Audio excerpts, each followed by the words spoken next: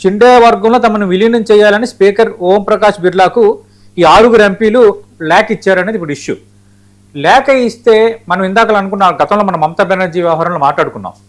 ఒకవేళ ఎంపీల్లో 300 200 మంది మమ్మల్ని ఒక చీలిక వర్గంగా గుర్తించాలంటే ఖచ్చితంగా వాళ్ళు ఏదంతో ఏ చీలిక వర్గం గుర్తించాలనుకుంటున్నారో ఆ చీలిక వర్గంగా స్పీకర్ గుర్తిస్తారు.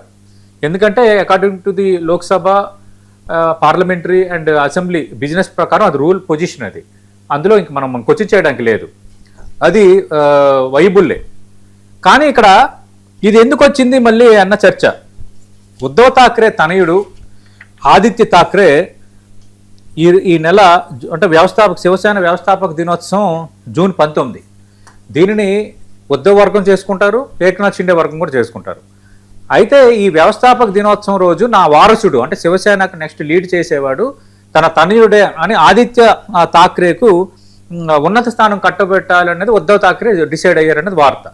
ఈ డిసైడ్ అయిన నేపథ్యంలో ఆదిత్య ఠాక్రేని మీరు చేస్తే మేము ఒప్పుకోము అన్నది ఎంపీల్లో వచ్చిన ఒక రకమైన చీలిక. అంటే ఆదిత్య ఠాక్రే కింద మేము పని చేయమన్నది ఒక ఇష్యూ. అయితే ఇదంతా పక్కన పెడితే చాలా రోజుల నుంచి కూడా ఆపరేషన్ టైగర్ అంటూ అక్కడ శివసేనకు సంబంధించిన రాజకీయాల్లో ఒక చర్చ జరుగుతోంది. శివసేనలో చీలిక రావటం, ఏక్నాథ్ షిండే వర్గం బీజేపీకి దగ్గర అవటం, ఈ పరిణామాలన్నీ మనం చూసాం. అయినప్పటికీ ఉద్ధవ్ ఠాక్రేపై నమ్మకంతో కొందరు ఆయనతో సెయిల్ అవుతున్నారు.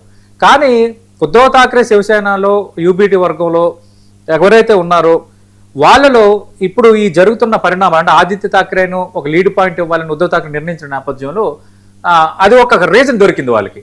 బట్ ఎప్పటి నుంచో భారతీయ జనతా పార్టీ కానీ అక్కడున్న ఏక్నాథ్ షిండే వర్గంగా దే ఆర్ ట్రయింగ్